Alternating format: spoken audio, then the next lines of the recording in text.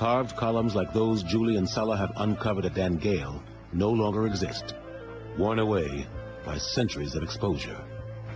Weather conditions are very harsh, so now the temple and the whole site is really in ruins.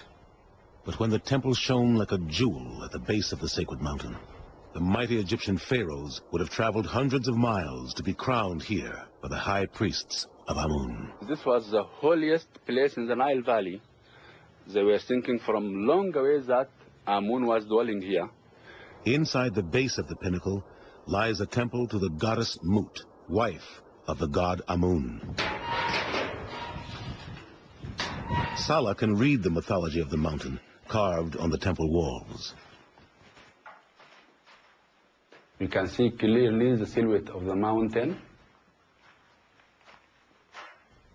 a high outcrop with a flat top like that, and in front you can see the snake and the sun disk, which is a symbol of kingship.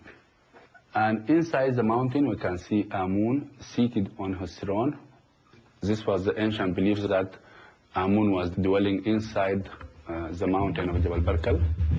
In the 8th century BC, the once powerful Egypt had grown weak and lost its hold on the sacred mountain.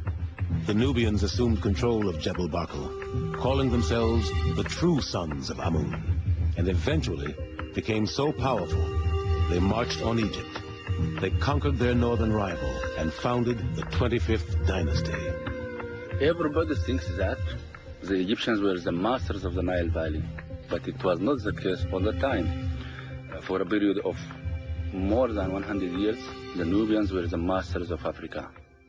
King Taharko was the most prominent in this powerful lineage of Nubian pharaohs who came to rule over the land of the pyramids. Their kingdom now incorporated all the wealth and splendor that had defined the Egyptian civilization.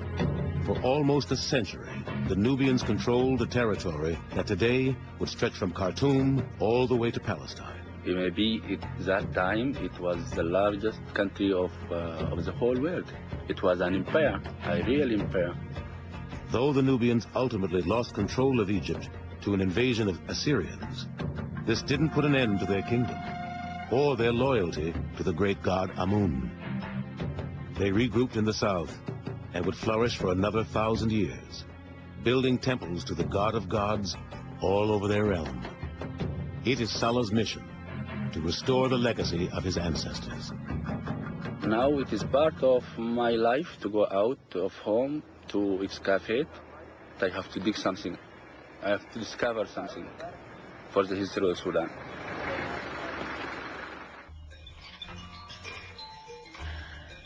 Julie and the excavation team continue the battle against heat and sandstorms, hoping to unlock more of the mystery of the Amun temple. The removal of another 3 feet of fill reveals more of the sandstone columns and a now familiar figure, the Nile god the ancient Nubians called Happy. The water bearer is making multiple appearances in the inner courtyard. On this column we have 8 figures of Happy, and on all of the other columns we have 8 figures. So by the time we're done, we're going to have drawn 32 Happy figures. Happy is the god of the Nile, and he's carrying jars that are pouring water. He brings the fertility of the Nile to the people who live along its banks. That's why Happy's so important to the people who lived here. Without the Nile and the river and the water, they'd die.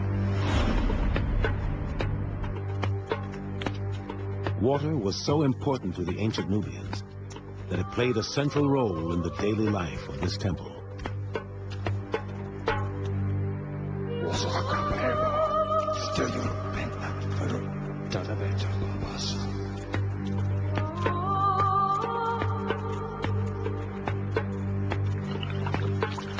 The priests would have offered libations to the gods.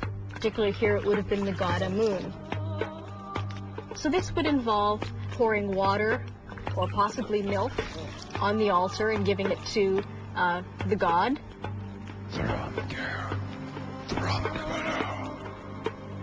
The priests of Amun would have carried out this ritual in the most sacred part of the temple, the innermost sanctuary. Normally, only the priests would have entered this room. It's the main sanctuary, the Holy of Holies. Julie and Salah have been waiting to excavate this sacred chamber. They expect to find an altar or statue here, something to correlate with the ancient rituals they know took place deep inside the temple. These are huge blocks. You can see they're larger than my hand in thickness. They held something really, really heavy here. It could be an altar, it could be a statue. This is where the priests would have made their offerings to Amun. But where the altar should stand, there is now disturbing evidence of desecration. Well, it looks like somebody dug a huge hole in the floor of the main sanctuary of the temple. The sacred shrine is missing. Either they took it with them or they pushed it over and took it somewhere else and maybe smashed it. So in terms of committing sacrilege, this is a terrible, terrible offense. With evidence of foul play mounting, the fire discovered earlier in the forecourt is beginning to look like no accident. The identity of the marauders is a mystery, but what they did with the altar soon becomes perfectly clear when Julie re-examines a heap of stone fragments excavated earlier in the season. This is the top corner of an altar. It's also quite heavy, so it took a lot of muscle to break this piece into the numerous pieces that you see here. Luckily, though the altar was destroyed, a crucial piece remains intact. We turned up this piece. It's the missing part of the cartouche Julie and Salah have been searching for. Now they can decipher the name of the ruler who built this temple, and is not a king. The royal name is Marawi Ra, and that's one of the names of Queen Amani Tori. The temple is no longer anonymous. Now it has a ruler and an age. Amanatori is another powerful Nubian queen who ruled during the 1st century AD. Queen Amanatori and her co-regent King Natakamani reigned over Nubia during the time of Christ. Together, this powerful couple honored the gods by building more temples than almost any other Nubian rulers. The complex at the site of Naga, 125 miles to the south, is an impressive testament to their devotion. An avenue of ram statues leading up to the temple pays homage to Amun and hints at what the sands of Dangail may still be hiding. Like all Nubian rulers, King Natakamani and Queen Amanatori would have been officially crowned first at Jebel Barkal. From there,